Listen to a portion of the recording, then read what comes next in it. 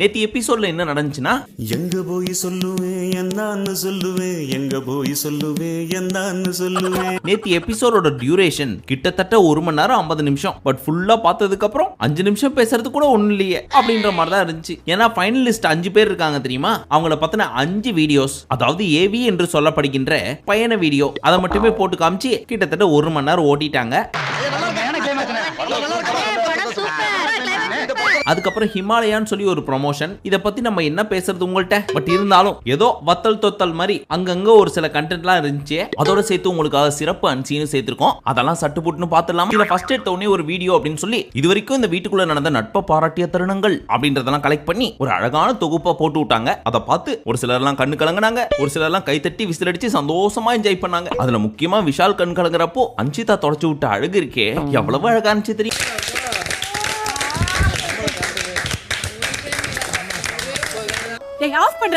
அந்த டைம்ல நம்ம கேமராமேன் அர்ணவ் மூஞ்ச காம்பாருன்னு நினைச்சேன். பட் பயபுல ஏமாத்திடுச்சு.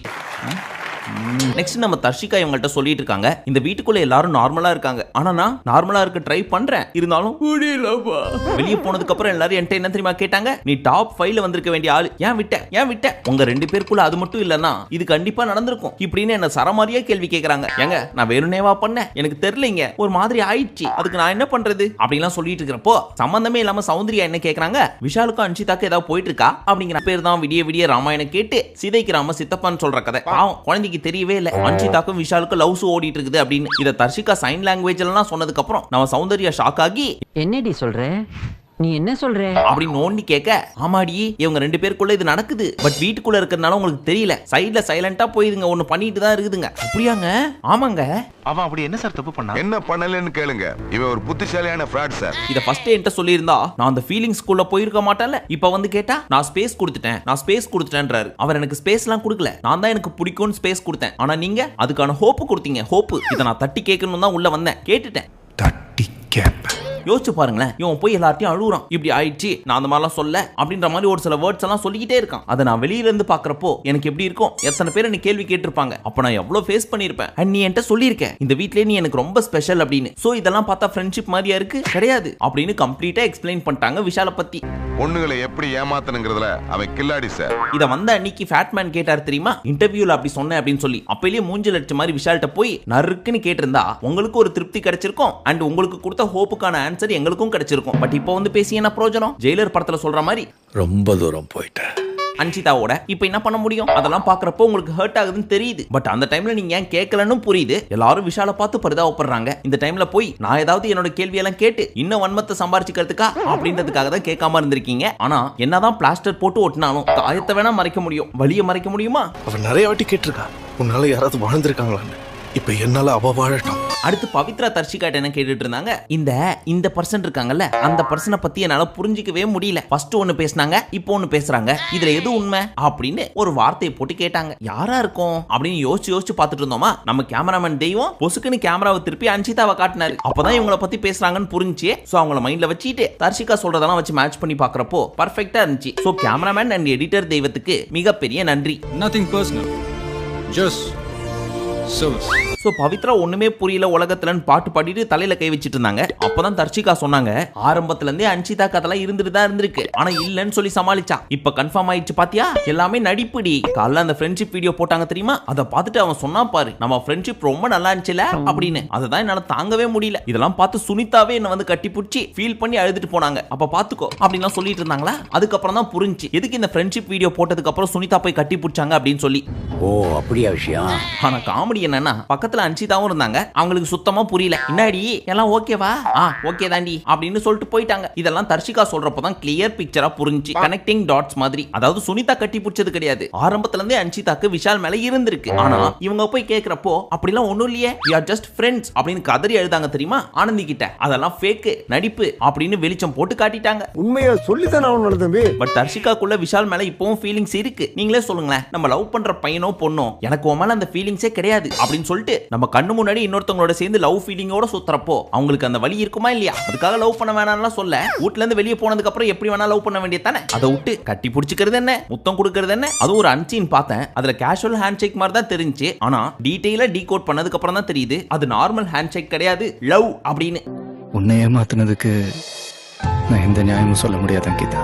சோ ஃபைனலி தர்ஷிகா என்ன சொன்னாங்க, சரி வீடு அடி வாங்கியாச்சு, இதுக்கப்புறம் என்ன பண்ண முடியும் அப்படின்னு லாஸ்டா தட்டி விட்டாங்க. ஆனா எண்டு கார்டு போட போறதுக்கு முன்னாடி சிறப்பா ஒண்ணு செஞ்சாங்க. அந்த ஒருத்தர் இப்ப அன்ஷிதான்ற இந்த ஒருத்தர் கிட்ட ஒண்ணு பண்ணிட்டு இருக்காருல்ல, இதே மாதிரிதான் எக்ஸாக்ட்லி அச்சு பிசராம என்கிட்ட அப்படியே பண்ணாரு அப்படின்னு போற போக்குல சூ அப்படின்னு கேட்ட மாதிரி அடுத்த சீன்ல பார்த்தா இதுங்க ரெண்டும் உட்காந்துக்கிட்டு கவின் லாஸ்லியா ஸ்பாட்ல பேசிட்டு இருக்காங்க. ஏன் எல்லா சீசன் காதல் ஜோடிகளும் அங்கேயே உட்காந்து பேசுறாங்கன்னு தெரிய மாட்டேங்குது. மேபி கேமராவோட கவரேஜ் அங்கதான் கிளியரா இருக்குமா இல்ல கவரேஜ் கம்மியா இருக்கும்னு நினைச்சாங்களான்னு இப்போ விஷால் கேக்குறாரு. அசினே நான் எங்கேயாவது உன்னை ஹர்ட் பண்ணிட்டேனா? ஆமா. எத்தனை தடவை? நிறைய. சரி சாரி, இட்ஸ் ஓகே. எனக்கு உன்னை எவ்வளவு பிடிக்கும் அண்ட் உனக்கு என்ன எவ்வளவு பிடிக்கும்ன்றது எனக்கு நல்லா தெரியும். எது எனக்கு உன்னை பிடிக்குமா? ஐயோ என்னால நம்பவே முடியல அப்படின்னு ஒரு வெக்கம் வேற. பிடிக்காது, சரி பிடிக்காதுன்னு சொல்லு சொல்லு அப்படின்னு மாறி மாறி ஊடல் கூடல்லாம் பண்ணிட்டு இருந்தாங்க. சரி அம்மா கிட்ட போய் சொல்லு நான் ஓகேன்னு. அது எதுக்கு நான் சொல்லணும்? இப்ப நம்ம பண்றதெல்லாம் பார்த்தாலே அவங்களுக்கு தெரியாதா? தெரிஞ்சிருக்கும். சரி சொல்லாத. சரி எது சொன்னாலும் ஒரு மாதிரி குதர்க்கமாவே பேசிட்டு இருக்காளே அப்படின்னு காதலோட கோச்சிக்கிட்டாரு. ஏம்மா நீ படம் ஓட்டுனது போதும், வீட்டுக்கு கிளம்பு. இல்ல தெரியாம கேக்குறேன், இவங்க ரெண்டு பேரும் என்ன ட்ரை பண்றாங்க? என்னையா போய் இன்டர்வியூல கோத்து விடுற, உன்னை பாரு எப்படி அடிக்கிறேன் அப்படின்னு சொல்லி தர்ஷிகாவோட கண் பார்வையில தெரியற மாதிரி கதற கதற லவ் பண்ணி அவங்களை கடுப்பேத்ததுக்காக இதெல்லாம் பண்ணிட்டு இருக்காங்களா? இல்ல யார் பார்த்தா நமக்கு என்ன, நம்ம ரெண்டு பேரும் காதல் அப்படின்ற கடல்ல தொபுக்கடின்னு குதிச்சு பச்சக் பச்சக்குன்னு நீச்சல் அடிப்போம் அப்படின்னு நினைக்கிறாங்களா?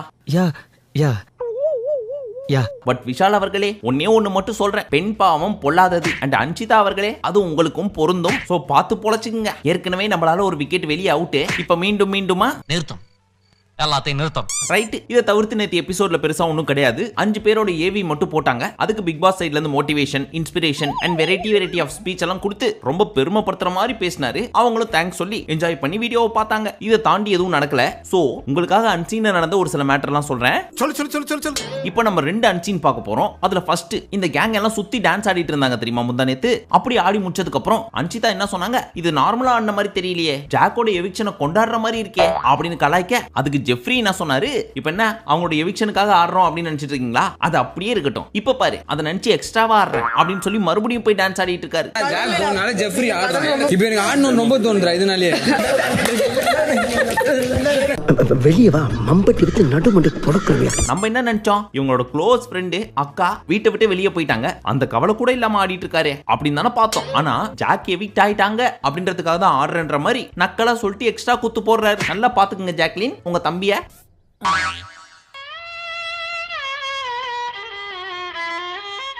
இது மட்டுமா, அடுத்த கிளிப்ல பாத்தீங்கன்னு வச்சுங்க, தர்ஷா பாத்திரம் கழுவிட்டு இருக்காங்க. அப்போ போய் நம்ம ஜெஃப்ரி அவங்களோட இடுப்புல இவரோட விரலால பச்சக்குன்னு ஒரு குத்து குத்துறாரு. அவங்களும் துள்ளி குதிக்கிறாங்க சிரிச்சுக்கிட்டே. மேடம் என் தலைவியை பாதி. ஐயோ மேடம் தெரிஞ்சுக்கிட்டியா?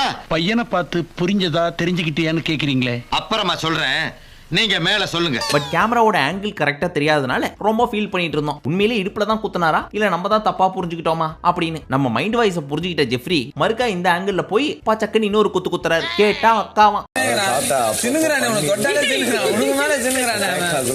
இத நாங்க 2 பேரும் ஒரு ஜாலியாவே எடுத்துக்கிறது. சூப்பர். ஆனா ஒண்ணு, ஆர்னவ் அப்ப சொல்றப்ப புரியல, இப்ப புரியுது, தெள்ள தெளிவா புரியுது.